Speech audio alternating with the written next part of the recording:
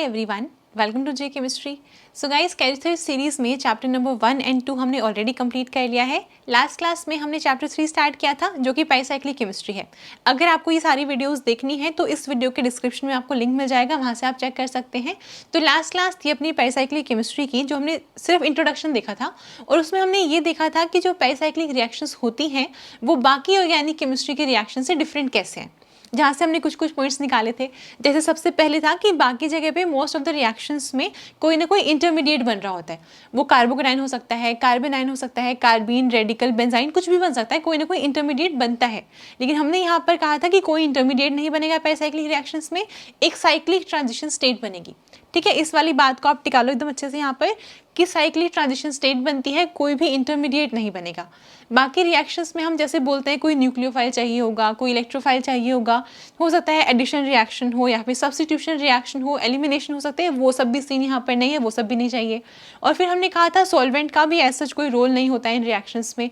तो सुन के लग रहा है कि काफ़ी डिफरेंट टाइप के रिएक्शंस हैं। अब ना आज वाली क्लास में वैसे तो हम स्पेसिफिकली पढ़ने वाले हैं डिसल्डर रिएक्शन, लेकिन पहले देखेंगे जो पेरिसाइक्लिक रिएक्शंस होते हैं वो कितने टाइप की होती हैं। ठीक है, और इन सब में जब ये कोई इंटरमीडिएट नहीं बन रहा है और बाकी कोई न्यूक्लियोफाइल इलेक्ट्रोफाइल नहीं चाहिए तो रिएक्शन हो कैसे रही है, कोई एडिशन नहीं हो रहा, सब्स्टिट्यूशन नहीं हो रहा, तो कैसे रिएक्शन हो रही है। ठीक है, तो आज मैकेनिज्म की बात भी करेंगे। अब मैकेनिज्म जो है उसको देखने का मेथड भी काफ़ी डिफरेंट होता है, वो सब सीखना स्टार्ट करेंगे। तो सबसे पहले ना मैंने आपको लास्ट क्लास में 2 क्वेश्चंस दिए थे होमवर्क में। सबसे पहले तो पूछा था कि पेरिसाइक्लिक जो हम पढ़ते हैं, तो यहाँ पे जो ये वर्ड है पेरिसाइक्लिक, इसका मीनिंग क्या है। ठीक है, और आप सबने आंसर्स भी दिए थे जो कि काफ़ी सही हैं। तो इसको ना हम एक काम कर सकते हैं, 2 पार्ट में डिवाइड कर सकते हैं। एक तो अपना वर्ड है पेरी और एक है साइक्लिक। ठीक है, साइक्लिक बहुत सिंपल है, आप इसको साइकिल बोल सकते हैं या फिर आप कोई भी रिंग बोल सकते हैं। ठीक है, और जो ये पेरी वर्ड है ये कहाँ से आया है, ये आया है पेरीमीटर से। आप पेरीमीटर कह लो या फिर पेरिफ्री। मेन पॉइंट क्या है, इनका मीनिंग क्या होता है, बाउंड्री बेसिकली। ठीक है, इनका मीनिंग क्या है, बाउंड्री। तो यहाँ पर एक है पेरिफ्री, पेरीमीटर या फिर बाउंड्री, और किस चीज़ की, रिंग की या फिर साइकिल की। दैट मीन्स यहाँ पर हम देखने वाले हैं कि जो साइक्लिक मोशन है इलेक्ट्रॉन्स का, साइक्लिक मोशन ऑफ इलेक्ट्रॉन्स, ठीक है, या फिर movement of electrons around the cycle. ठीक है, movement of electrons around the cycle. जैसे मान लो आप ऐसे करके ना, कुछ सपोज कोई 6 मेंबर रिंग बनी है, ऐसे ट्रांजिशन स्टेट बनी है ऐसे करके, तो जो ये वाली रिंग बनी है इसी में इलेक्ट्रॉन्स का मोशन हमें देखना होता है। ठीक है, तो हम ये बोल सकते हैं कि motion of electron around the cycle. ठीक है, तो ये तो हो गया अपना पेरिसाइक्लिक। अब मेन पॉइंट क्या था, मैंने आपसे एक क्वेश्चन और पूछा था कि जो डिसल्डर रिएक्शन होती है वो एंडोथर्मिक होती है या फिर एक्सोथर्मिक। एक्सप्लेनेशन उसकी भी ठीक थी, लेकिन उससे पहले एक बार स्टार्ट करते हैं कि जो पेरिसाइक्लिक रिएक्शंस होती हैं वो कितने टाइप्स की होती हैं। ठीक है, तो सबसे पहले एक बार देखते हैं कि जो पेरिसाइक्लिक रिएक्शंस हैं वो कितने टाइप की हैं। तो सबसे पहले लेके चलते हैं साइक्लो एडिशन रिएक्शन।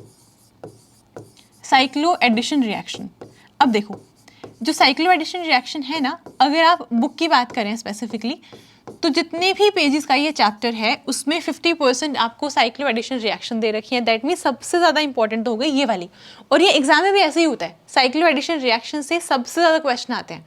ठीक है, तो ये तो आपको करनी ही करनी है। और जो जैम वाले स्टूडेंट्स हैं वो इन साइक्लो एडिशन रिएक्शन को बहुत अच्छे से देखेंगे, स्पेसिफिकली डिसल्डर रिएक्शन, बहुत क्वेश्चन आते हैं जैम में भी और गेट में भी। ठीक है, तो ये तो हमने बोला एक होती है साइक्लो एडिशन रिएक्शन। फिर इसके बाद आती है इलेक्ट्रोसाइक्लिक रिएक्शन, इलेक्ट्रोसाइक्लिक। ठीक है, देन अपने पास आती है सिग्माट्रोपिक रिएक्शन। गेट और जैम के पॉइंट ऑफ व्यू से ये भी ज़्यादा इंपॉर्टेंट है सिग्माट्रोपिक रिएक्शंस। ठीक है, और उसके बाद फोर्थ आती है इन रिएक्शन। अब जो ये इन रिएक्शन है ये गेट में भी पूछते हैं, लेकिन नेट वालों की काफ़ी फेवरेट है ये, यहाँ से काफ़ी क्वेश्चन आपको देखने को मिलते हैं। और एक बात मैंने आपको पहले भी किसी न किसी वीडियो में बोली होगी कि जब भी आप कोई क्वेश्चन सॉल्व कर रहे हैं ऑर्गेनिक का और आपको नहीं समझ में आ रहा कि मैकेनिज्म कैसे प्रोसीड करना है, कैसे होगा ये क्वेश्चन, तो आपको ना एक बार इन रिएक्शन के बारे में सोच लेना है। ठीक है, क्योंकि ना स्टार्टिंग में जनरली दिखती नहीं है कि इन रिएक्शन होने वाली है, तो आप सिर्फ सोच लो, अगर कोई क्वेश्चन फंस गया नहीं हो रहा है तो चांसेस है कि वहाँ पे इन रिएक्शन होगी। और अगर हीटिंग दिया हुआ है, ये वाली चीज़ें माइंड में बिठाइए, जब भी आप कोई क्वेश्चन सॉल्व कर रहे हैं ऑर्गेनिक का, अगर वहाँ पे हीटिंग मेंशन किया हुआ है तो आप क्या करेंगे, सबसे पहले सोचेंगे क्या यहाँ पे कोई पेरिसाइक्लिक रिएक्शन हो रही है या फिर नहीं। ठीक है, तो अगर हीटिंग है, कोई भी आपको लग रहा है कि यहाँ पे स्कोप है इस वाली रिएक्शन का, तो वहाँ पे पेरिसाइक्लिक रिएक्शन होगी। बाकी साइक्लाइजेशन, एलिमिनेशन सब बाद में देखना, सबसे पहले आपको पेरिसाइक्लिक रिएक्शन करवानी है। ठीक है, तो अभी ना हम मेन बात करने वाले हैं साइक्लो एडिशन रिएक्शन की। इसमें भी हम स्पेसिफिकली दो पढ़ने वाले हैं, एक पढ़ेंगे 4+2, डील्स-एल्डर रिएक्शन भी बोलते हैं इसको, एक पढ़ेंगे 2+2। सारी जो स्टोरी बुक में दे रखी है वो 4+2 की है, बहुत सारा दिया हुआ है। हम सब कुछ डिस्कस करने वाले हैं कि रिएक्शन होती कैसे है, मैकेनिज्म कैसे रहता है, स्टीरियोकेमिस्ट्री कैसे देखेंगे। गाइस एक चीज़ है, यहाँ से ना बहुत क्वेश्चंस एग्जाम्स में ऑलरेडी आ चुके हैं। अब वो क्या कर रहे हैं, जो ऑलरेडी बहुत सिंपल चीज़ें हैं उनसे वो क्वेश्चन फ्रेम कर रहे हैं। जैसे कि डील्स-एल्डर रिएक्शन एंडोथर्मिक है या फिर एक्सोथर्मिक। स्टीरियोकेमिस्ट्री हमेशा पूछते आए थे, बट इस बार पूछे कि एंडो या एक्सो, या रिवर्सिबल होगा, इरिवर्सिबल होगा, कितना टेम्परेचर पे हो सकता है। तो ये कुछ बेसिक चीज़ें हैं जो हम पढ़ते टाइम मिस कर जाते हैं। तो क्वेश्चन आजकल यहाँ से फ्रेम हो रहे हैं, तो आपको ध्यान रखना है कि जहाँ से क्वेश्चन पहले ही पूछे जाए वो तो आपको आना ही चाहिए। उसके अलावा जो बेसिक पॉइंट्स हैं ना इस रिएक्शन के, वो आपको पता होने चाहिए। ठीक है, तो अभी हम स्टार्ट कर रहे हैं साइक्लो एडिशन रिएक्शन, और इसमें भी स्पेसिफिकली डील्स-एल्डर रिएक्शन, या फिर हम क्या बोल सकते हैं 4+2 साइक्लो एडिशन। तो बहुत इंपॉर्टेंट रिएक्शन है, आपको एकदम अच्छे से पढ़नी है, और जो बेसिक पॉइंट्स हैं उनको मिस नहीं करना है, क्योंकि अभी तक यहाँ से क्वेश्चन आए नहीं, बट आने स्टार्ट हो गए हैं। तो इन फ्यूचर आपको देखने को मिलेंगे ही मिलेंगे एग्जाम्स में। सो हम पढ़ रहे हैं साइक्लो एडिशन रिएक्शंस, और सबसे पहले हम पढ़ रहे हैं इसमें डील्स-एल्डर रिएक्शन। डील्स-एल्डर रिएक्शन को ही हम 4+2 रिएक्शन भी बोलते हैं। ठीक है, 4+2। अब देखना हमें ये है कि ये 4+2 का मीनिंग क्या है। जब भी हम बात कर रहे हैं साइक्लो एडिशन रिएक्शन की, आपको दो चीज़ें चाहिए होंगी। एक हमें चाहिए होगी डाइन, एक हमें चाहिए होगा डाइनोफाइल। डाइनोफाइल, ये दोनों चीज़ें चाहिए। ठीक है, अब ना एक चीज़ देखो गाइस, मुझे एक चीज़ याद आ रही है। जब हम मास्टर्स में थे ना, हमारे ऑर्गेनिक वाले प्रोफेसर ने हमसे पूछा, किसी मतलब ऐसे क्लास में जनरल क्वेश्चन पूछा कि यहाँ पे डील्स-एल्डर रिएक्शन में ये डील्स का मीनिंग क्या है। तो बहुत सारे स्टूडेंट्स ने उसको डाइन से कनेक्ट कर दिया, कुछ ने इसको इन दोनों को मिला के डाइन और डाइनोफाइल से कनेक्ट कर दिया। तो ऐसा नहीं है, डील्स-एल्डर ये डाइन और डाइनोफाइल नहीं है। Diels-Alder basically name of the person है जिन्होंने ये रिएक्शन दी थी, आप समझ रहे हैं। तो इनका डाइन और डाइनोफाइल से कोई लेना देना नहीं है। अगर आपसे कोई पूछता है ऐसे मत करना काम। डाइन का मतलब होता है दो डबल बॉन्ड चाहिए ऐसे। जैसे एग्जांपल के लिए आप ये मान लो, ये है डाइइन, समझ रहे हैं, इन वो डबल बॉन्ड वाला है, ये डाइइन। डाइनोफाइल का मतलब क्या है, देखो अगर मैं बोलती हूँ इलेक्ट्रोफाइल, क्या बोलोगे, इलेक्ट्रॉन लविंग। अगर मैं बोलती हूँ न्यूक्लियोफाइल, मतलब न्यूक्लियस लविंग, यानी पॉजिटिव चार्ज लविंग। ऐसे ही डाइनोफाइल का मतलब क्या हो गया, डाइन लविंग। कोई ऐसी स्पीशीज आपको चाहिए जिसको डाइन की रिक्वायरमेंट हो, यानी कि डाइन लविंग। ठीक है, सबसे बेसिक हम लेके चलते हैं इथीन को। तो इन दोनों की हम रिएक्शन करवा सकते हैं यहाँ पर। अब 4+2 का मीनिंग क्या है, देखो 4+2 का मीनिंग है इन इलेक्ट्रॉन से। यहाँ देखना पाई इलेक्ट्रॉन्स, देखना ये पाई बॉन्ड बना है, मतलब इस वाले बॉन्ड में 2 इलेक्ट्रॉन्स होंगे, ऐसे यहाँ पर भी 2 इलेक्ट्रॉन्स होंगे। अगर इस वाले सिस्टम में मैं टोटल पाई इलेक्ट्रॉन्स काउंट करूँ, कितने होंगे, 4 पाई इलेक्ट्रॉन्स। ठीक है, 4 पाई इलेक्ट्रॉन्स हैं। अगर हम यहाँ पर आए, कितने हैं, एक ही पाई बॉन्ड है ना, तो 2 इलेक्ट्रॉन्स होंगे, यानी कि 2 पाई इलेक्ट्रॉन्स हैं। तो यहाँ से ये आ रहा है 4+2, यानी कि एक डाइन चाहिए जिसमें 4 पाई इलेक्ट्रॉन्स होंगे, एक डाइनोफाइल चाहिए जिसमें हमें 2 पाई इलेक्ट्रॉन की जरूरत है, बाकी चाहे जितने मर्जी हो इसके अंदर, हमें एक ही चाहिए। ठीक है, तो इन दोनों की रिएक्शन करवानी होती है। जनरली आपको बुक्स में यहाँ पे ऐसे लिखा हुआ मिलता है, मतलब ये हीटिंग हो रही है। यहाँ पे हीटिंग करवाने के बाद क्या होता है, हमने कहा था कि जो भी पेरिसाइक्लिक रिएक्शन हो, चाहे वो इलेक्ट्रोसाइक्लिक हो, चाहे वो इन रिएक्शन हो, चाहे वो साइक्लो एडिशन हो, सिग्माट्रोपिक, कुछ भी हो, कैसी भी अगर पेरिसाइक्लिक रिएक्शन है, तो वहाँ पर क्या होने वाला है, साइक्लिक ट्रांजिशन स्टेट बनेगी ही बनेगी। ठीक है, यहाँ पर कैसे बनेगी, देखो होता क्या है, मैंने आपको लास्ट टाइम भी बोला था कि यहाँ पे कोई पॉजिटिव चार्ज या नेगेटिव चार्ज नहीं आता है। सिर्फ क्वेश्चन को थोड़ा सा सिंप्लीफाई करने के लिए, समझाने के लिए हम डेल्टा पॉजिटिव या फिर डेल्टा नेगेटिव यूज करते हैं, ताकि हमें क्वेश्चन सॉल्व करना इजी रहे, समझाना इजी रहे। एक्चुअल में पॉजिटिव नेगेटिव नहीं आते हैं। अगर इसको हम देखें कैसे दिखाते हैं, ये इलेक्ट्रॉन्स यहाँ पे शिफ्ट हुए, ये यहाँ पे शिफ्ट हुए और ये यहाँ पे शिफ्ट हुए, ठीक है, ऐसे दिखाया जाता है। क्या मतलब होगा इसका कि यहाँ पर जो ये वाले कार्बन है इसका बॉन्ड बनना है इस वाले कार्बन के साथ, और जो ये वाली कार्बन है इसका बॉन्ड बनना है इस वाले कार्बन के साथ, ठीक है। तो यहाँ पर देखो सिग्मा बॉन्ड वैसे के वैसे हैं, सिग्मा बॉन्ड पे कोई चेंज नहीं आ रहा, ठीक है। क्या हो रहा है, ये वाला बॉन्ड यहाँ पे शिफ्ट कर रहे हैं, बट अभी तो हम ट्रांजिशन स्टेट में आ रहे हैं। क्या मतलब है इसका कि बॉन्ड ब्रेकिंग और बॉन्ड फॉर्मिंग दोनों सेम स्टेप में होंगे, मतलब बॉन्ड पूरी तरह से टूटा भी नहीं है और पूरी तरह से बना भी नहीं है। कैसे दिखाएंगे उस चीज़ को, ये वाला बॉन्ड कंप्लीटली ब्रेक नहीं हुआ है बट ब्रेक होना स्टार्ट हो गया है, तो मैंने ऐसे दिखा दिया। शिफ्ट यहाँ पर हो रहा है, मतलब यहाँ पे कंप्लीटली बना नहीं है बट बनना स्टार्ट हो गया है, तो उसको हमने ऐसे दिखा दिया। सेम स्टोरी यहाँ पर भी है, तो इसको हमने ऐसे दिखा दिया, ठीक है। और यहाँ पर इन दोनों के बीच में बॉन्ड बना नहीं है बट बनेगा, बनना स्टार्ट हो गया है, इसको हमने ऐसे दिखा दिया। सिग्मा बॉन्ड वैसे का वैसे है और यहाँ पर भी इन दोनों के बीच में बॉन्ड बनना स्टार्ट होगा, तो हमने ऐसे दिखाया। तो ऐसे करके हम काइंड ऑफ दिखा सकते हैं ये ट्रांजिशन स्टेट, ठीक है। ऐसे हमने दिखाया। अभी क्या है अपने पास ट्रांजिशन स्टेट है, कोई इंटरमीडिएट नहीं है, इसको आप सेपरेट नहीं कर पाएंगे। इसके बाद जो फाइनल प्रोडक्ट बनेगा वो कैसे बनेगा, जो हम करवाना चाह रहे थे। अब बॉन्ड बन गया है, ये बन गई एक 6 मेंबर रिंग और यहाँ पर आ गया है पाई बॉन्ड, ऐसे, ठीक है। कुछ इस तरह से दिखा सकते हैं। तो ये अपने पास होती है डिलस-एल्डर रिएक्शन। को पता है, आप पहले भी देख चुके हैं, है ना, आपने देखा होगा, बीएससी में पढ़ा होगा, इनफैक्ट जेईई में पढ़ा देते हैं साइक्लो एडिशन, तो ये वाली 4+2 तो ठीक है। तो ये हमने देख लिया। अब इसके बाद इंपॉर्टेंट चीज़ें क्या है, सबसे पहले इंपॉर्टेंट चीज़ है, एग्जामिनेशन पॉइंट ऑफ व्यू से बात कर रही हूँ मैं, ये हमने हीटिंग लिखा है यहाँ पे। तो पहला क्वेश्चन ये आता है कि क्या हमेशा जितनी भी डिलस-एल्डर रिएक्शन होंगी, क्या हमें सब में हीट करवाने की नीड होती है, क्या हीटिंग की रिक्वायरमेंट होगी ही होगी। तो यहाँ पर ना हम ये बोलते हैं कि जो साइक्लो एडिशन रिएक्शन होती है, एंड स्पेसिफिकली जो 4+2 साइक्लो एडिशन रिएक्शन होती है, वो थर्मल कंडीशन में होती है। अब ना यहाँ से कई सारी कन्फ्यूजन आती है, थर्मल कंडीशन में होगी, ठीक है। तो यहाँ से हमें लगता है कि हमेशा हीटिंग चाहिए ही चाहिए, लेकिन आपको पहले ही क्लियर कर रही हूँ, हमने लिखा है थर्मल कंडीशन, लेकिन कुछ डिलस-एल्डर रिएक्शन ऐसे भी होती है जो रूम टेम्परेचर पे या फिर उससे भी नीचे, इनफैक्ट 0 डिग्री सेल्सियस पे भी होती हैं। तो यहाँ से अगर आपको लग रहा है कि हमने हमेशा यही पढ़ा है कि डिलस-एल्डर रिएक्शन में हीटिंग चाहिए होगी, थर्मल कंडीशन में चाहिए, करेक्ट पॉइंट है, थर्मल कंडीशन चाहिए होती है। इसका मतलब क्या है कि थर्मल कंडीशन चाहिए, फोटोकेमिकल कंडीशन में नहीं होगी। साथ में पूरी चीज़ सुनो, थर्मल कंडीशन चाहिए होगी, अगर फोटोकेमिकल कंडीशन है उसमें आपकी डिलस-एल्डर रिएक्शन नहीं होगी, ये मतलब है। लेकिन इसका ये मतलब नहीं है कि आपको हमेशा हीटिंग देनी ही देनी है।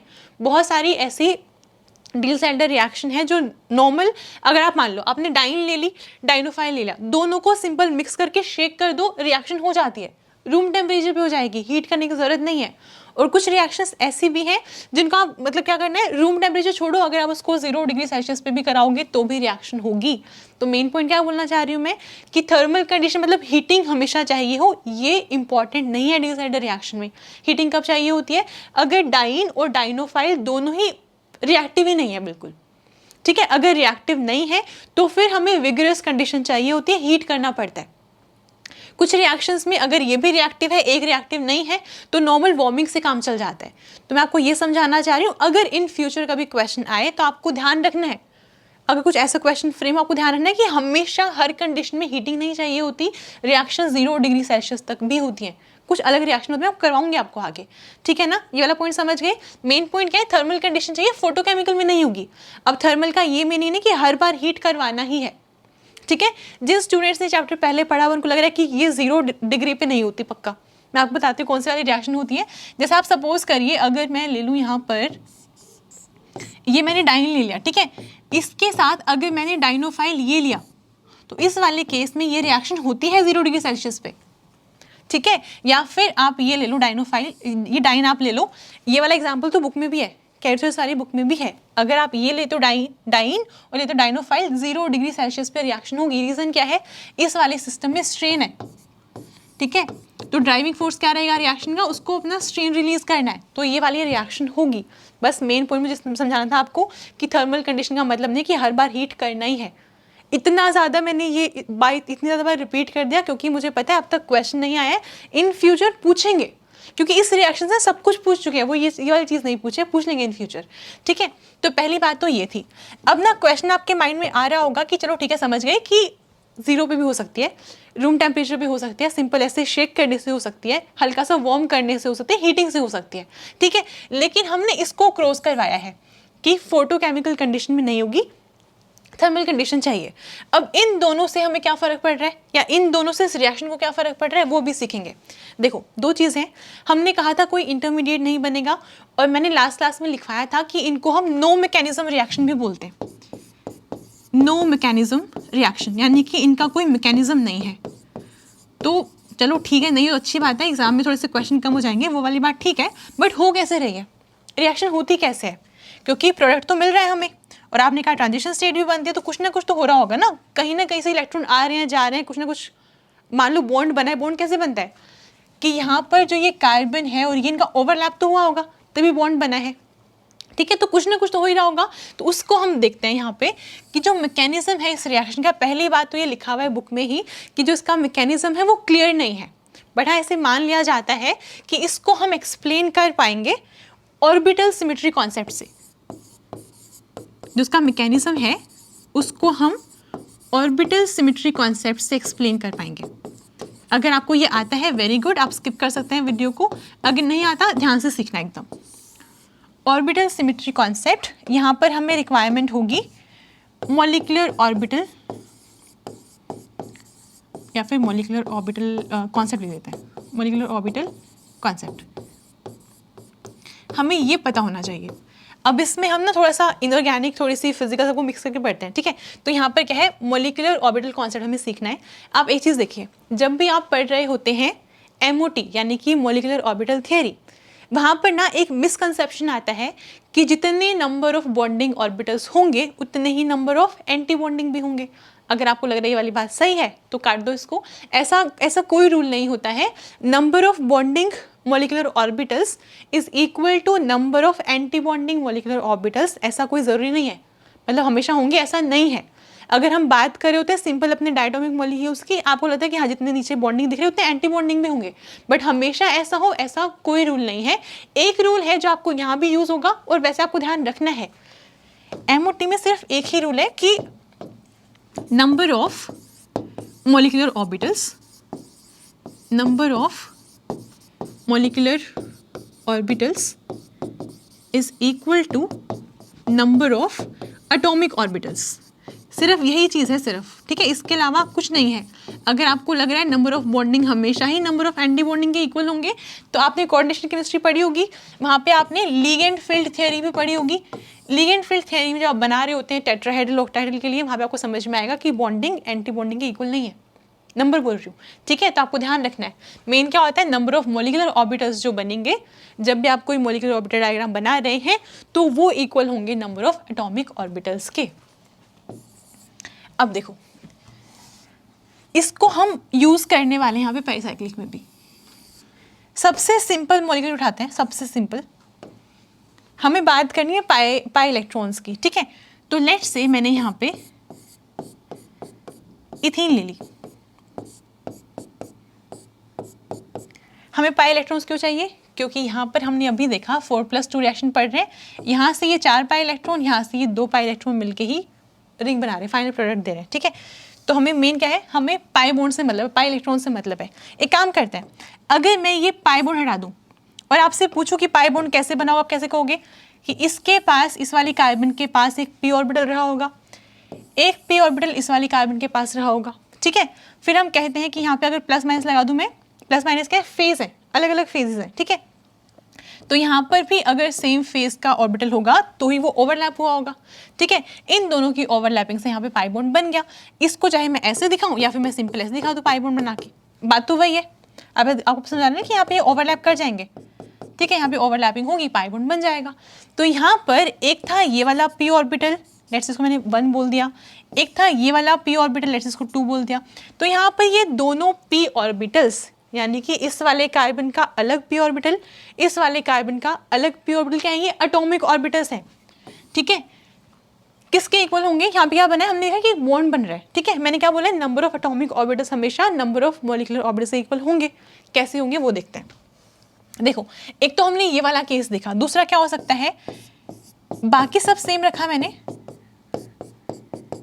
जो p ऑर्बिटल है एक को अगर मैं ऐसे दिखा रही हूँ, इधर प्लस इधर माइनस, तो ये भी तो पॉसिबिलिटी कि ऐसे हो, और अगर ऐसे होगा तो फिर यहाँ पे बीच में बॉन्ड नहीं बनेगा। आप समझ रहे हैं, अलग अलग फेजेस ओवरलैपिंग नहीं होगी, तो इस वाले केस में बॉन्ड बनेगा, इस वाले केस में बॉन्ड नहीं बनेगा, तो इसको हम बॉन्डिंग बोल सकते हैं, इसको एंटी बॉन्डिंग बोल सकते हैं। ठीक है, अब देखो यहाँ पर ना हमें इन्हीं को एनर्जी दिखानी है, यहाँ पे एनर्जी दिखाएंगे दोनों मॉलिक्यूलर ऑर्बिटल्स की। अब ना हम ये H वैस सब भूल जाते हैं, हमें सिर्फ इस कार्बन से मतलब है और इस वाले कार्बन से मतलब है, ऐसे यहाँ पर भी। ठीक है, तो इस कार्बन के ये दोनों एटॉमिक ऑर्बिटल्स जो कि ओवरलैप कर रहे हैं, अगर एटॉमिक ऑर्बिटल्स दो हैं तो मॉलिक्यूलर ऑर्बिटल भी दो ही होंगे, एक बॉन्डिंग रहेगा एक एंटी बॉन्डिंग रहेगा। ठीक है, अब आते हैं यहाँ पर इन दोनों में से एनर्जी की बात करते हैं। इसकी एनर्जी कम होगी, यहाँ दिखाती हूँ मैंने ऐसे दिखाया, ऐसे करके। ठीक है, यहाँ पर, और क्वांटम में आपने देखा है कि हम एनर्जी निकाल भी सकते हैं इनकी, इन दोनों की एनर्जी निकाल सकते हैं, इधर प्लस इधर माइनस, इधर माइनस इधर प्लस, मैंने ये दिखाया। इनके वेव फंक्शंस भी हम बना सकते हैं, उसकी रिक्वायरमेंट यहाँ पर नहीं है, बट लेट्स से मैंने इसके वेव फंक्शन को psi1 से रिप्रेजेंट कर दिया, इसके वेव फंक्शन को psi2 से रिप्रेजेंट कर दिया। अब ना यहाँ से हम कुछ बेसिक कंक्लूजन्स निकालने वाले हैं जो कि हम अप्लाई करेंगे बाकी सिस्टम्स में भी। ठीक है, देखो सबसे पहली बात ये, मैं क्या लिखा है, psi1 लिखा है, इसको psi2 लिखा है। अब ना एक चीज ये है कि यहाँ पर हम बात करते हैं नंबर ऑफ नोड्स की, नंबर ऑफ नोड्स की। आप ध्यान रखेंगे, अगर मैं वेव फंक्शन को इन जनरल psi n से रिप्रेजेंट कर देती हूँ, psi n से रिप्रेजेंट कर देती हूँ, so number of nodes will be equal to n-1। That means अगर मैं psi1 के लिए नंबर ऑफ नोड्स निकालना चाहूँ तो क्या होंगे, 1-1 यानी कि 0। अगर मैं psi2 के लिए निकालना चाहूँ n-1 यानी कि 2-1 इज इक्वल टू 0। अगर psi3 होता सपोज यहाँ पर, तो psi3 के लिए number of nodes will be equal to 3-1 यानी कि 2, सॉरी 2-1 0 कर दिया 1। ठीक है, ऐसे करके निकालते हैं। अब समझ गए ना मेरी बात। नोड्स क्या होते हैं, नोड बेसिकली वो वाला एरिया है जहाँ पर, वो वाला रीजन है जहाँ पर इलेक्ट्रॉन के मिलने की प्रोबेबिलिटी 0 होती है। ठीक है, तो इस वाले केस में प्लस प्लस माइनस माइनस है, ओवरलैपिंग प्रॉपर होगी, यहाँ पे नोड नहीं आएगा। इस वाले केस में प्लस माइनस माइनस मतलब बॉन्ड नहीं बनेगा, यहाँ पे क्या है, ये नोड है। ठीक है, तो आपको मेन पॉइंट ध्यान क्या रखना है कि नंबर ऑफ नोड्स मैंने क्यों निकलवाया आपसे, क्योंकि इसकी हेल्प से ना हम ये ड्रॉ कर पाएंगे। ठीक है, इसको निकालना इजी हो जाएगा। आप बस ध्यान रखेंगे कि फर्स्ट वाले केस में कोई नोड नहीं है, सेकंड वाले केस में एक नोड होगा, थर्ड वाले केस में 2 नोड्स होंगे। ठीक है, एक तो हमें ये वाली चीज देखनी थी। इसके बाद देखो ये 1 2 3 4 ऐसे चलता रहेगा, तो मैंने यहाँ लिखा psi-OD। ये बातें बहुत इंपॉर्टेंट है, आपको आगे एमओ डायग्राम बनाने में हेल्प करेगा। ठीक है, और यहाँ से हमें आगे मैकेनिज्म प्रेडिक्ट करना ईजी रहेगा। ओके, psi-OD की बात कर रहे हैं। psi-OD का मतलब हो गया psi1 3 5 7 9 ऐसे करके, इनको मैं बोल रही हूँ psi-OD। ठीक है, इस वाले केस में जो टर्मिनल लॉब्स होंगे ना, ये वाले, अभी आपको सिर्फ 2 कार्बन दिखी थी, हमने 2 बनाए हैं। सपोज करिए 4 कार्बन है, तो हम ऐसे बनाएंगे, ऐसे। अगर 6 कार्बन होती है हम 6 बनाते, समझ रहे हैं, 6 ऑर्बिटल दिखाने पड़ते हैं हमें। तो मैं बात कर रही हूँ किसकी, टर्मिनल लॉब्स की, यानी कि यहाँ पे टर्मिनल वाले ऑर्बिटल्स की। सपोज तो यहाँ पर टर्मिनल पे एक ये है, एक ये है, तो इन दोनों की बात कर रही हूँ। ये क्या होंगे हमेशा, इनका आप लिखो सेम फेज, शॉर्ट में लिख लो सेम फेज। सेम फेज का मतलब ये हो गया कि अगर आप इस पे प्लस लगाए ना यहाँ पे, तो आपको यहाँ पे प्लस लगाना है, या माइनस लगाए तो यहाँ पे माइनस लगाना है। ठीक है, मैंने लिखा psi-OD के लिए टर्मिनल की बात हो रही है, सिर्फ टर्मिनल की। जो अपने टर्मिनल वाले p ऑर्बिटल्स हैं उनका साइन आप ऐसे कर सकते हो, psi-OD के लिए सेम होगा। ठीक है, ऐसे ही अगर हम बात कर रहे हैं psi-E1 की, यानी कि 2 4 6 8 ये वाले जो हैं, इनके लिए टर्मिनल ऑर्बिटल्स जो होंगे वो डिफरेंट फेज में होंगे, वो डिफरेंट फेज में होंगे। ये 2-3 चीजें हैं जिनको अगर आप माइंड में रखेंगे, आप फिर कोई भी कैसा भी सिस्टम हो आप उसको ड्रॉ कर लेंगे आराम से। कितने भी आपको बनाने हो मॉलिक्यूलर ऑर्बिटल डायग्राम वो बना लेंगे। ठीक है, तो यहाँ पर क्या कहा हमने कि E1 के लिए डिफरेंट फेज होंगे, जैसे यहाँ पे देखो इधर प्लस इधर माइनस है, इधर माइनस इधर प्लस। ठीक है, इसके अलावा एक और चीज है, जो psi-OD है ना, इनमें हमेशा ही प्लेन ऑफ सिमेट्री प्रेजेंट होगा। प्लेन ऑफ सिमेट्री प्रेजेंट होगा, C2 एक्सिस एब्सेंट होगी, ठीक है, C2 एक्सिस एब्सेंट होगी। अगर यहाँ पर हम बात कर रहे हैं साइन इवन की, तो यहाँ पे प्लेन ऑफ सिमेट्री एब्सेंट होगा, C2 एक्सिस प्रेजेंट होगी, ठीक है। ये मैं आपको सिर्फ इसलिए सिखा रही हूँ कि मुझे रिसेंटली एक मेल मिला था स्टूडेंट का, उनका कोई एग्जाम है शायद, तो उनके सिलेबस में सेमेस्टर एग्जाम में ये सब दिया हुआ है, उनको समझना रहा कैसे बनाना है ये, इसलिए यहाँ से आपको ईजी हो जाएगा, बना पाएंगे, ठीक है, ओके। और वैसे भी आपको हेल्प करेगा, बाकी सबको भी हेल्प करेगा ही, ठीक है। तो यहाँ पर हमने 2-3 चीज़ें देखी है। नंबर ऑफ नोट्स निकालना आ गया, n-1 करके निकाल लेंगे। इवन वाले केस में टर्मिनल वाले ऑर्बिटल्स डिफरेंट फेजेस में होंगे, ओड वाले केस में टर्मिनल वाले ऑर्बिटल्स सेम फेज में होंगे, ठीक है। और जो ओड वाले होते हैं उनमें प्लेन ऑफ सिमेट्री प्रेजेंट होता है, और जो इवन वाले होते हैं उनमें C2 एक्सिस प्रेजेंट होती है। याद कैसे रख सकते हैं एग्जाम के लिए, रटा नहीं मारना है, सिंपल देखो इवन है ना, और C2 में भी 2 भी तो इवन है, ऐसे कर लो, इवन में C2 होता है और जो बच गया POS वो ओड में चला जाएगा, ठीक है। ऐसे हमने कर लिया, आप चाहो तो चेक कर लो। यहाँ पे देखो बीच में अगर मैं प्लेन डालूँ, यहाँ से है तो सही प्लेन, ऐसे ये रहा, प्लस के सामने प्लस है, माइनस सामने माइनस है। यहाँ पर क्या है, अगर हम प्लेन डालेंगे प्लस के आगे माइनस है, माइनस के आगे प्लस है, मतलब प्लेन ऑफ सिमेट्री प्रेजेंट नहीं है, ठीक है, लेकिन C2 एक्सिस है। अगर आप बोर्ड के परपेंडिकुलर एक C2 एक्सिस डालते हैं, रोटेट करवाते हैं उसको, लेट से हमने यहाँ से डाल दी, ऐसे करके घुमाएंगे तो क्या होगा, ये आएगा यहाँ पर, ये आएगा यहाँ पे। अगर आपको ग्रुप थ्योरी का बिल्कुल आइडिया नहीं है, नहीं समझ में आ रहा C2 POS क्या होता है, आप एक काम करेंगे, मैंने ग्रुप थ्योरी चैप्टर करवाया हुआ है चैनल के ऊपर, मैं आपको इस वीडियो को डिस्क्रिप्शन में लिंक दूंगी, वहाँ से जाके आप देख सकते हैं ग्रुप थ्योरी, ठीक है। तो ऐसे करके हमने ये बना लिया। तो ये साई 1 साई 2 की बात हुई। अब यहाँ पे एक चीज़ देखो, हमने क्या कहा था, हमारा सिस्टम क्या था, इथीन था ना ये, ऐसे। तो यहाँ पे अगर हमें दिखाने हो पाए इलेक्ट्रॉन्स, कैसे दिखाएंगे हम, एक लेवल ये है, एक लेवल ये है, इनके कॉरेस्पॉन्डिंग बना दिया हमने। अपने पास 2 ही पाई इलेक्ट्रॉन्स हैं, तो मैंने एक लेवल में 2 को रख दिया, ये तो वेकेंट है, समझ रहे हैं, क्योंकि हमारे पास 2 ही थे और एक लेवल में 2 इलेक्ट्रॉन आ सकते हैं, मैंने रख दिया यहाँ पर। अब इसके बाद क्या होगा, इतना हमने सिर्फ ये किया है कि यहाँ पे 2 पाई इलेक्ट्रॉन्स थे, उनको डिवाइड कर दिया। अगर यहाँ पे 4 होते तो क्या होता, 4 अगर होते तो फिर और भी साई 1 साई 2 साई 3 साई 4 बन रहा होता। अब यहाँ पर ना आगे वाले सिस्टम में आगे देखेंगे, अभी एक चीज़ आपको ध्यान रखनी है। देखो जब भी हम बात कर रहे होते हैं मॉलिक्यूलर ऑर्बिटल डायग्राम की, तो वहाँ पे ना एक चीज़ आती है होमो लूमो, ठीक है। होमो का मतलब क्या होता है, highest occupied molecular orbital. LUMO का मतलब क्या होता है, लोवेस्ट अनऑक्यूपाइड मॉलिक्यूलर ऑर्बिटल।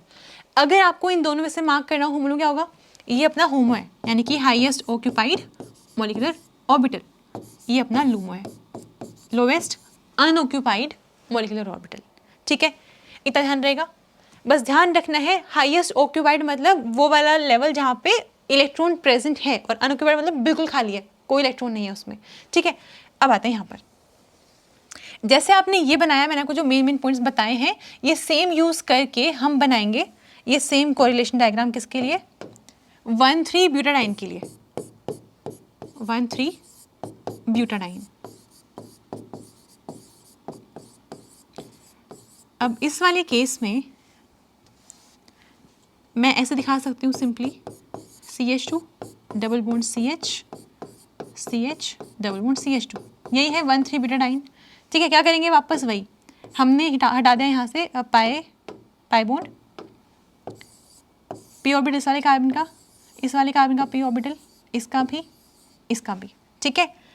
अगर यहाँ पे प्लस माइनस है ऐसे, इन दोनों का बॉन्ड बन जाएगा, इन दोनों का भी बॉन्ड बन जाएगा, ठीक है। हमने क्या देखा, यहाँ पे मेरे पास 4 कार्बन है, मतलब 4 p ऑर्बिटल्स हैं, यानी कि 4 एटॉमिक ऑर्बिटल्स हैं। तो जितने एटॉमिक ऑर्बिटल्स होते हैं उतने ही मॉलिक्यूलर ऑर्बिटल्स भी होते हैं, ठीक है, ओके। क्योंकि अपने पास 4 एटॉमिक ऑर्बिटल्स हैं, तो मॉलिक्यूलर ऑर्बिटल्स भी 4 ही होंगे। कैसे बनाएंगे, देखो सेम चीज़ें फॉलो करनी है। सबसे पहले हम, क्योंकि 4 मॉलिक्यूलर ऑर्बिटल होंगे, मतलब क्या होगा, साई 1 साई 2 साई 3 एंड साई 4। क्या देखा था हमने, नंबर ऑफ नोड्स की अगर बात करते हैं, इसमें 0 नोड्स, 2 - 1 1 नोड, 3 - 1 2 नोड्स, 4 - 1 3 नोड्स, एक तो नोड्स देखे थे। फिर हमने कहा था कि अगर बात कर रहे हैं ओड वालों की, यानी कि इन दोनों की, तो अगर POS की बात करें, POS इसमें होगा, इसमें होगा, इन दोनों में नहीं होगा, इवन वालों में नहीं होगा। इवन में C2 होता है, C2 भी इवन है, तो यहाँ बात करें C2 एक्सिस की, इसमें नहीं होगा, इसमें होगा, इसमें नहीं होगा, इसमें होगा, ठीक है। हमने यही वाली चीज़ें देखी हैं। और इसके अलावा हमने ये कहा था कि अगर ओड वाले की बात करते हैं, साई ओड की, जो हमने यहाँ पे लिखा ही हुआ है, ओड वाले केस में जो टर्मिनल लोब्स हैं वो सेम फेज में होते हैं। तो यहाँ पे टर्मिनल लोब्स जो होंगे वो सेम फेज में होंगे, और साई 3 यानी ये भी ओड है, इसमें भी सेम होंगे, और इन दोनों में डिफरेंट रहेंगे। हमने ऊपर यही देखा था। तो बस इन वाले पॉइंट्स को यूज करके अब हमने बना लेना है एमो डायग्राम। किसके लिए? 1,3-ब्यूटाडाइन के लिए। स्टार्ट करते हैं। सबसे पहले मैंने लिखा है यहाँ पे साई 1,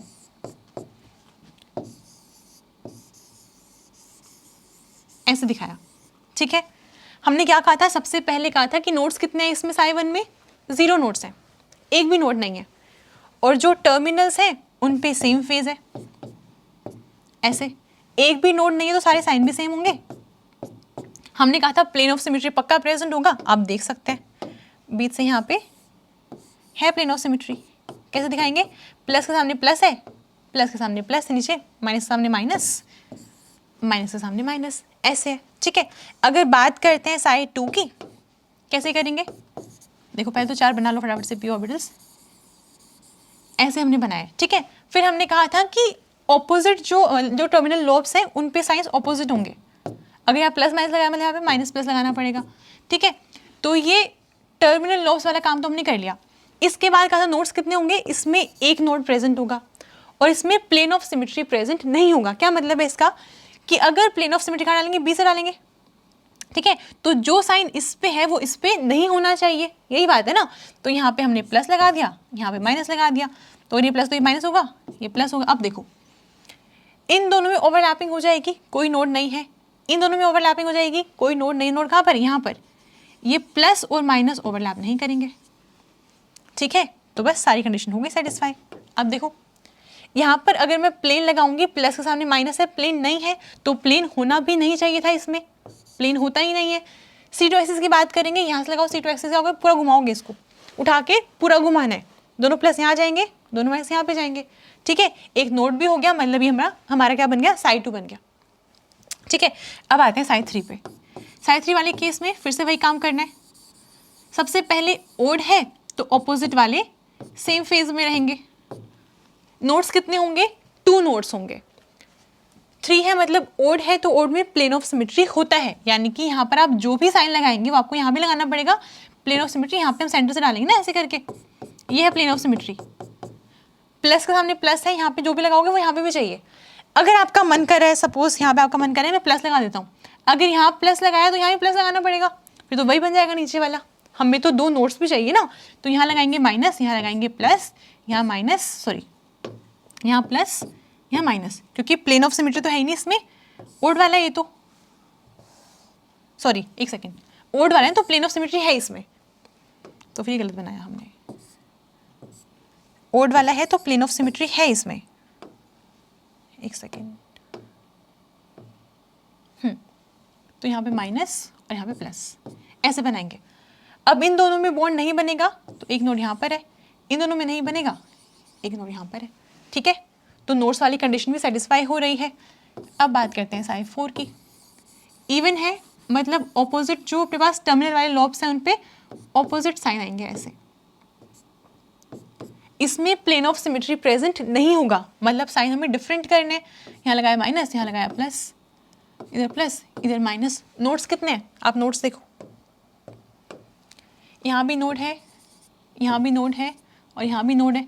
4 वाले में 3 नोड्स होने चाहिए थे, क्योंकि प्लस माइनस ओवरलैप नहीं करेगा, माइनस प्लस ओवरलैप नहीं करेगा, माइनस प्लस माइनस भी ओवरलैप नहीं करेगा, ठीक है। तो यहाँ पे 3 नोड्स हो गए और ये क्या है अपने पास इवन है, मतलब C2 एक्सिस होनी चाहिए। अगर आप लगाएंगे यहाँ से C2 ऐसे करके, C2 लगाएंगे, अगर घुमाएंगे इसको क्या होगा? ये माइनस यहाँ पर आएगा, प्लस यहाँ जाएगा, प्लस यहाँ, पूरा घुमा दो, पकड़ के पूरा घुमा देना है, ठीक है। तो ऐसे करके हमने ये सारी कंडीशन सेटिस्फाई करते हुए बना लिए अपने मॉलिक्यूलर ऑर्बिटल्स। हमने 4 बनाए ना। अभी देखो सेमेस्टर एग्जाम्स में आपसे ये भी बनवा लेते हैं, ठीक है, तो आपको आना चाहिए। फिर आते हैं यहाँ पर 3rd और ये 4th। अपने पास सिस्टम ये था, यानी कि 4 पाई इलेक्ट्रॉन्स थे, 1 2 3 एंड 4, ठीक है। तो यहाँ से अगर मैं आपसे पूछती हूँ कि होमो कौन सा है और लूमो कौन सा, क्या बताओगे? होमो मतलब highest occupied molecular orbital. LUMO क्या होता है? लोवेस्ट अनऑक्यूपाइड, यानी कि ये वाला लोवेस्ट अनऑक्यूपाइड। तो यहाँ पर देखो 1,3 ब्यूटाडाइन के केस में अपना होमो कौन सा है, साइड 2 है, साइड 2 अपना होमो है। ध्यान रखो काम की चीज़ें भी आगे यूज़ करेंगे इसको। इसके बाद लूमो कौन सा है, लूमो अपना साइड 3 है। अब ना एक चीज़ और, आप ना एक काम करो, ये सीख लो, ये कब है, ये थर्मल कंडीशन में है, ये थर्मल कंडीशन में है। अगर मैं यहाँ पे वापस से ये लेवल्स दिखाऊं 4, ठीक है, अगर मैं वापस लेवल्स दिखाती हूँ और यहाँ इस बार लिखती हूँ photochemical condition. So photochemical condition में क्या होता है, इलेक्ट्रॉन्स तो सिस्टम के पास अभी भी 4 ही हैं, तो लिखने मुझे अभी भी 4 ही चाहिए, लेकिन होगा क्या, देखो पहले ऐसे है, ठीक है, आपने जैसे ही बाहर से फोटोकेमिकल कंडीशन प्रोवाइड करी तो क्या होगा, जो फोटोकेमिकल रेडिएशंस हैं उनको एब्जॉर्ब करके ये वाला इलेक्ट्रॉन जाएगा कहाँ पे, एक्साइटेड स्टेट में। अगर मैं बात करूँ इसकी ग्राउंड स्टेट कौन सी है, ये ग्राउंड स्टेट है, कौन सी है, एक्साइटेड स्टेट है ना। क्या होगा, जो हाईएस्ट ऑक्यूपाइड मॉलिक्यूलर ऑर्बिटल में दिख रहा है वो ये नहीं बचने वाला। कैसे बोल रही हूँ मैं आपको, जैसे ही बाहर से रेडिएशन आएगी ये इलेक्ट्रॉन एब्जॉर्ब करेगा एनर्जी, कहाँ जाएगा, ऊपर जाएगा, ठीक है। सो फोटोकेमिकल कंडीशन में आपके लेवल्स कुछ ऐसे दिखेंगे, समझ पा रहे हैं। यहाँ पे ट्रांजिशन नहीं होता, यहाँ पे ट्रांजिशन हुआ है, यहाँ पे थर्मल कंडीशन थी, हीटिंग है, यहाँ पे फोटोकेमिकल कंडीशन है, ट्रांजिशन होगा ऊपर। तो इस वाले केस में क्या बोला मैंने, होमो क्या होता है, हाईएस्ट ऑक्यूपाइड, तो इलेक्ट्रॉन यहाँ पर भी है ना, तो ये हो गया अपना होमो, हाईएस्ट ऑक्यूपाइड मॉलिक्यूलर ऑर्बिटल। फिर क्या चाहिए, लूमो चाहिए, यानी कि लोवेस्ट अनऑक्यूपाइड मॉलिक्यूलर ऑर्बिटल चाहिए, वो ये वाला है। तो फोटोकेमिकल कंडीशन में अगर 1,3 ब्यूटाडाइन में पूछा जाए कि होमो कौन सा है, साइड 3 है, लूमो कौन सा है, साइड 4 है। थर्मल कंडीशन में होमो कौन सा है, साइड 2 है और लूमो साइड 3 है, ठीक है। इतना समझ आया, वेरी गुड। अगर इतना समझ में आ गया बस हो गया काम अपना। हमने क्या कहा था कि जो अपनी 4+2 डील्स एल्डर रिएक्शन होती है उसको चाहिए होती है थर्मल कंडीशन, मतलब वो फोटोकेमिकल कंडीशन में नहीं होती। सो फिर थर्मल वाले रूल ही लगेंगे। थर्मल वाला कौन सा है, ये वाला है। अगर मान लीजिए हमने सिंपल सा रिएक्शन करवाना है, ये है अपना 1,3 ब्यूटाडाइन, मैंने ऐसा लिखा है, इसको ऐसे लिखा है, ऐसे क्यों नहीं लिखा, सिसोइड और ट्रांसोइड की बात भी करेंगे आने वाली क्लासेस में। अभी सिर्फ देखो, ये हमने लिखा 1,3 ब्यूटाडाइन, यहाँ मैंने ले लिया इथीन, इनकी कराई रिएक्शन, हम ऑलरेडी प्रोडक्ट ऊपर बना के देख चुके हैं, ऐसे बनाया था हमने, ठीक है। अब बात थी कि मैकेनिज्म कैसे होता है ना। एक ना जनरल चीज़ है, मतलब हर जगह लगेगी वो नहीं बोल रही मैं आपको, but most of the cases में लगेगी वो वाली बात है। हम ये मान के चलते हैं कि जो डील्स एल्डर रिएक्शन होती हैं, अगर हम 100 रिएक्शंस ले लें उसमें 95 में लगने वाला है। जनरल बात ये है कि जो डाइन है वो जनरली इलेक्ट्रॉन रिच होती है, वो इलेक्ट्रॉन रिच होती है, और जो डाइनोफाइल है वो इलेक्ट्रॉन डेफिशिएंट।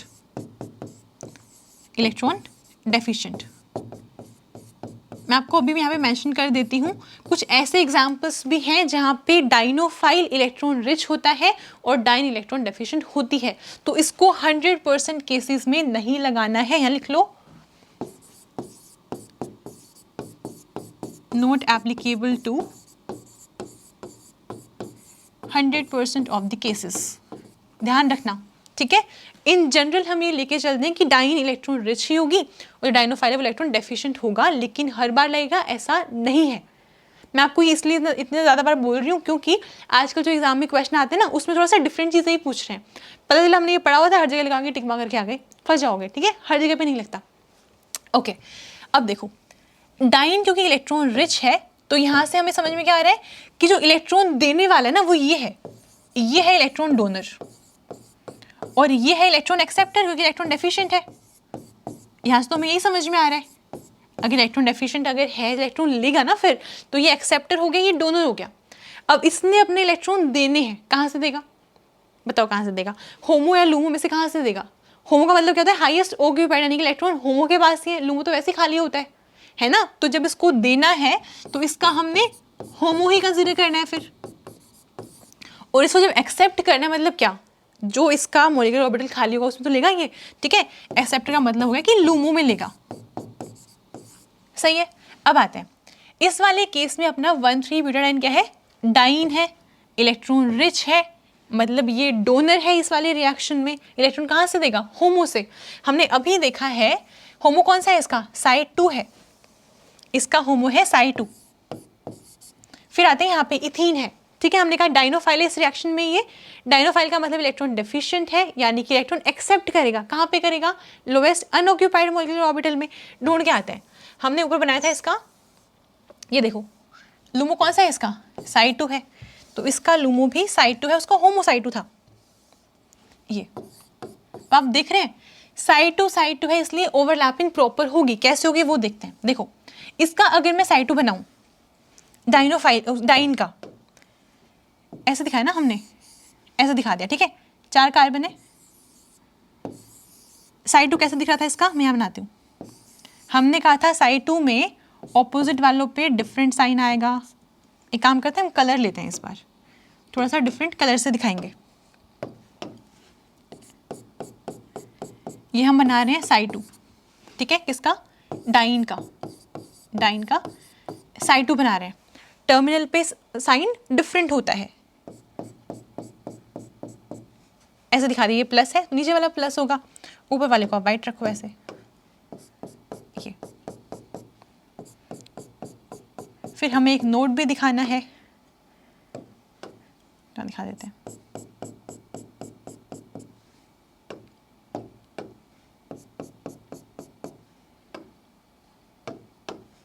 ऐसे,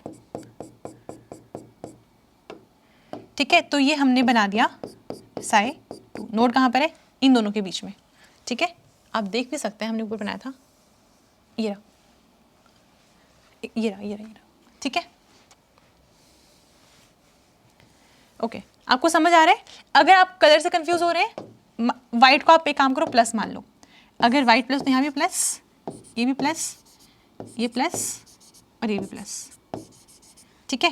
और येलो को हम माइनस मान लेते हैं, ये माइनस, यहाँ माइनस और ये माइनस, ठीक है। हमने साइड 2 ड्रॉ कर लिया। हमने कहा है डाइन का भी साइड 2 चाहिए और डाइनोफाइल का भी साइड 2 ही चाहिए। साइड 2 कैसा था डाइनोफाइल का, यहाँ बनाते हैं।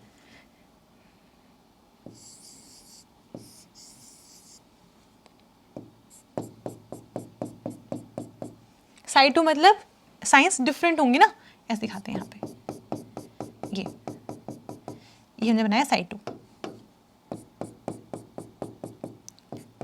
ये इथीन का साइड 2 है।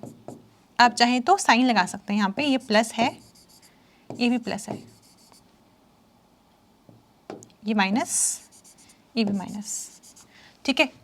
तो ये है अपना डाइन, ये है अपना डाइनोफाइल। इसका हमने साइड 2 लिया है, इसका भी हमने साइड 2 लिया है, ठीक है। हमने कहा था हम ऑर्बिटल सिमेट्री कॉन्सेप्ट से इसका मैकेनिज्म एक्सप्लेन कर पाते हैं। क्या होगा अभी देखो, जो ये वाली कार्बन है और ये वाली कार्बन, ये 1 2 3 और 4, ठीक है। तो दिस इज 1 2 3 एंड 4। यहाँ पर मान लो ये, लेट्स से इसको बोल देते हैं 1 डैश, दिस इज 2 डैश, ठीक है। तो यहाँ पे ये 1 डैश और ये 2 डैश। हमें क्या पता है, हमने जब रिएक्शन कराया तो क्या किया था, देखो ऐसे लिखा था दोनों को, ये 1 2 3 4, ये 1 डैश 2 डैश। 1 का बॉन्ड बनाया था 1 डैश के साथ, तभी सिग्मा बॉन्ड बना था यहाँ पे, है ना। और 2 डैश का बॉन्ड बनाया था 4 के साथ, यहाँ बन गया 1 डैश 2 डैश में एक सिग्मा बॉन्ड था ही पहले से। ऐसे रिएक्शन करवाई थी ना, मतलब ये क्या है, अपने पास 1 है, ये 4 है, ये 1 डैश है, ये 2 डैश है। सो 1 और 1 डैश का बॉन्ड बना है, 1 डैश का 2 से कोई लेना देना नहीं है। ऐसे ही 2 डैश का और 4 का बॉन्ड बना है, 2 डैश का 3 से कोई लेना देना नहीं है। सो मेन पॉइंट इनका है, इन दोनों का, ठीक है। आप देखो यहाँ पे ये 1 है, ये 1 डैश है, यानी कि 1 और 1 डैश में ओवरलैपिंग होनी चाहिए। आप देख रहे हो साइड 2 ड्रॉ किया हमने, साइड यहाँ पे भी साइड 2 ड्रॉ किया है। तो अब आप इसको इसके ऊपर लेके आओ, जस्ट इसके ऊपर, क्या होगा, ये जो है प्लस है, ये भी प्लस है, तो प्लस और प्लस, अच्छा मैंने ऊपर वाइट को प्लस से दिखा दिया, नीचे माइनस से दिखा दिया। ये प्लस है, ये प्लस है, ये माइनस है, ये माइनस है, ये प्लस है, ठीक है। सो वाइट जो है वो वाइट से ओवरलैप कर जाएगा, प्लस प्लस में बॉन्ड बनता है। यहाँ माइनस है, माइनस भी माइनस से ओवरलैप करेगा, मतलब माइनस येलो येलो ओवरलैप कर जाएंगे। तो जब इसको जस्ट इसके ऊपर लेकर आओगे, ये तो हो गई ना ओवरलैपिंग। यहाँ बड़ा सा दिखा दूँ ऐसे, ये वाली ओवरलैपिंग हो गई, ऐसे ही इस वाले केस में भी ओवरलैपिंग हो गई। अगर हमने यहाँ पे सपोज करिए, अगर हमने psi3 ले लिया होता, अगर हमने psi3 ले लिया हो तो क्या होता है, यहाँ पे ऐसे बनाते ना हम, psi3 में ये सेम होता है, प्लस प्लस माइनस माइनस, और इसका अगर हम psi2 लेके चलते, psi2 में डिफरेंट होते हैं ऐसे, यही है ना। तो यहाँ पे माइनस माइनस तो ओवरलैप कर जाता, बट माइनस प्लस को कैसे कराते हैं ओवरलैप, तो बॉन्ड बनता ही नहीं यहाँ पे, ठीक है। तो psi3 और psi2 में बॉन्ड नहीं बनता। इसका अगर मैं psi2 ले लेती, इसका psi1 ले लेती, तो भी बॉन्ड नहीं बनता। psi2 इसका ये वाला है, psi2 में क्या कहा था हमने, साइंस डिफरेंट होते हैं। लेट्स से हमने इथीन का psi1 लिया होता, सपोज psi1 लिया है, मतलब साइन सेम। इसका अगर हमने psi2 लिया होता, साइन डिफरेंट ऐसे, ठीक है। तो यहाँ पे ये दोनों ओवरलैप कर जाते, फिर ये नहीं ओवरलैप कर पाता। तो मेन पॉइंट क्या है कि इस ओवरलैपिंग के लिए इंपॉर्टेंट क्या था, psi2 आए, psi2 के साथ psi2 आए ओवरलैप करने के लिए। वो कब आएगा, ये हमने कैसे देखा psi2, हमने ये डोनर और एक्सेप्टर से देखा। इसको देना है, इसका हमें होमो चाहिए, ठीक है। तो अगर हमें इसका होमो चाहिए तो हमें हीटिंग करवानी पड़ेगी, क्योंकि अगर आपने थर्मल कंडीशन नहीं दी, एक सेकेंड कुछ ज़्यादा भयानक हो गया ये, अगर हमने थर्मल कंडीशन नहीं दी, फोटोकेमिकल कंडीशन दी, क्या होगा, इसका होमो ये वाला बन जाएगा। यानी कि अब ये इलेक्ट्रॉन यहाँ से देगा, ठीक है, ये तो दे देगा इसको भी, इसको कोई दिक्कत नहीं है, नीचे लेने वाले के पास एक से ही ओवरलैप कर पाएगा, दूसरे वाला ऑर्बिटल बच जाएगा। समझ रहे हैं मेरी बात। इसलिए हम कहते हैं कि जो 4+ रिएक्शन होती है कैसी होती है, वो थर्मल कंडीशन में होती है, फोटोकेमिकल में फेवरेबल नहीं होती। क्योंकि psi3 और psi2 यानी कि होमो और लूमो की जब बात करेंगे ना, लूमो उस वाले कैसे फिर भी वही रहेगा, ठीक है, बट देने वाला psi3 बन जाएगा, ओवरलैपिंग नहीं होगी। समझ रहे हैं। इसी वजह से हम बोलते हैं कि जब भी हम बात कर रहे होते हैं डील्स-एल्डर रिएक्शन की, तो हम हमेशा थर्मल कंडीशन में करवाते हैं, ठीक है, फोटोकेमिकल में नहीं होगी, क्योंकि ये ओवरलैपिंग ही नहीं हो पाएगी। यहाँ पे बॉन्ड बन रहा है क्योंकि ओवरलैपिंग हो जाएगी, साइन सेम है, ठीक है। अगर फोटोकेमिकल कंडीशन लेते ओवरलैपिंग नहीं हो पाती। यहाँ से हमने इंपॉर्टेंट कंक्लूजन क्या निकाला है कि जब भी बात करें ओवरलैपिंग की, यहाँ से भी क्वेश्चन आते हैं, आपको बना के दे सकते हैं वो, कि कौन सा ओवरलैप करेगा कौन सा नहीं करेगा। या फिर 1,3 ब्यूटाडाइन में होमो जो होगा थर्मल कंडीशन में, उसका बनाओ कैसे बनेगा, एमो डायग्राम, ऐसे क्वेश्चन आए हैं। उसका मॉलिक्यूलर ऑर्बिटल कौन सा होगा, उसका लूमो कौन सा होगा, उसका होमो कौन सा होगा, ऐसे पूछते हैं। आप समझ गए ना, ऐसे आपको करना है। तो आज की क्लास का कंक्लूजन ये है कि जो डील्स-एल्डर रिएक्शन होते हैं बहुत important examination point of view से, और वो होती है थर्मल कंडीशन के अंदर, फोटोकेमिकल कंडीशन में नहीं हो सकती, ओवरलैपिंग ही नहीं होगी। समझ गए मेरी बात। सो कंक्लूजन सिर्फ इतना सा ही है कि थर्मल कंडीशन में होती है, फोटोकेमिकल में नहीं होती, थर्मल में होती है। लेकिन इसका ये भी नहीं है कि हर बार हीट ही करना पड़ेगा, सिंपल शेक करने से जाती है, रूम टेम्परेचर पे हो जाती है, कई बार 0 डिग्री सेल्सियस पे भी रिएक्शंस होती हैं। समझ गए। लेकिन किसी भी हाल में ये वाली रिएक्शन फोटोकेमिकल कंडीशन में नहीं होगी। ये है आज की क्लास का कंक्लूजन, ठीक है। अभी के लिए सिर्फ इतना ही है, इसको यहीं स्टॉप करेंगे। अपनी प्रैक्टिस के लिए आप एक काम कर सकते हैं। अगर मैं आपको बोलूं कि ये वाला सिस्टम है 1 3 5 हेक्साट्राइन, ठीक है। अगर ये वाला सिस्टम है, इसके आपको बनाने हो मॉलिक्यूलर ऑर्बिटल्स, कैसे बनाएंगे, क्योंकि 6 कार्बन है, मतलब 6 कार्बन है ना यहाँ पे, तो 6 एटॉमिक ऑर्बिटल्स भी होंगे। अगर 6 एटॉमिक ऑर्बिटल्स हैं तो 6 मॉलिक्यूलर ऑर्बिटल्स होंगे।